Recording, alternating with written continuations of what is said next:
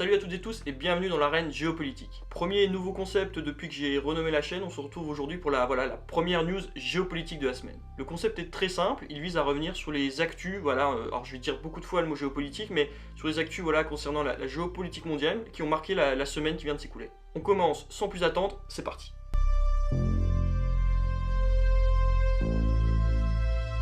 C'est l'actualité la plus chaude de la semaine et je pense que beaucoup d'entre vous l'ont vu passer.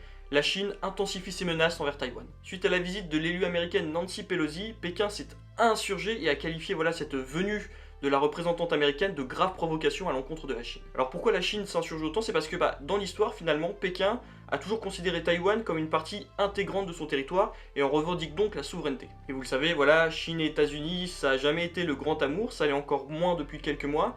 Et donc la Chine a pris cette visite de Nancy Pelosi comme un véritable affront et considère que cela va entacher gravement la stabilité dans la région Indo-Pacifique et notamment du coup entre la Chine et Taïwan. En réponse à cette visite, le gouvernement chinois a pris la décision en début de semaine de réaliser d'importants exercices militaires près de Taïwan. Et même si les manœuvres militaires ont toujours été monnaie courante dans cette région de la part de la Chine, ces dernières, qui ont eu lieu de lundi à ce dimanche, ont atteint des proportions énormissimes. Selon plusieurs témoins présents sur place, des missiles ont survolé l'île à plusieurs reprises et de nombreux bâtiments aériens et navals de l'armée chinoise ont violé l'espace maritime taïwanais et aussi l'espace aérien pour le coup.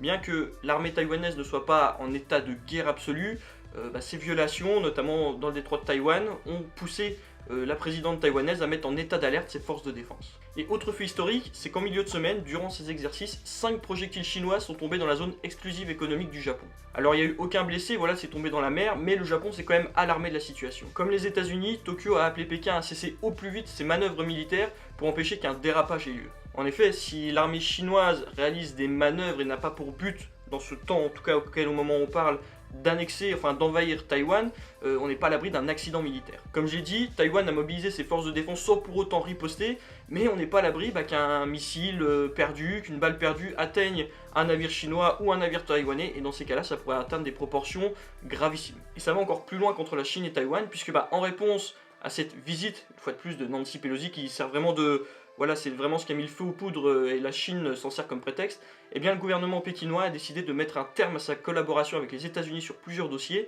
notamment les dossiers climatiques, qui sont très importants, et les dossiers militaires. Dans une allocution à la nation en début de semaine, la présidente taïwanaise Tsai Ing-wen a déclaré, je cite, « Taïwan n'aggravera pas le conflit, mais défendra ardemment sa souveraineté, sa sécurité et sa démocratie. » Selon les communiqués de l'armée chinoise, les exercices sont prévus jusqu'à ce dimanche 7 août et devraient après prendre fin. Reste à voir maintenant si la Chine va se contenter de cette simple démonstration de force ou ira plus loin dans les jours, dans les mois, voire dans les années à venir.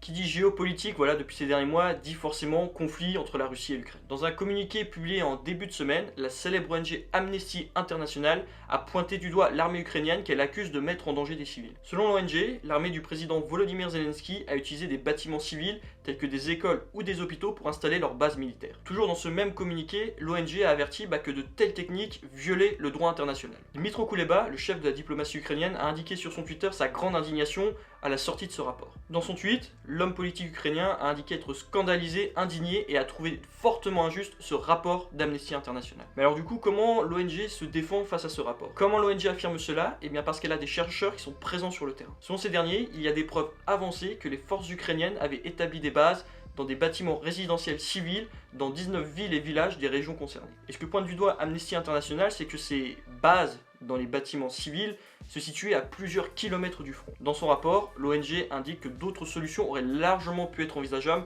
notamment en utilisant des zones boisées ou des bâtiments désaffectés. Comme je vous l'ai dit, la partie ukrainienne rejette ce rapport et pointe du doigt le caractère injuste de ses conclusions.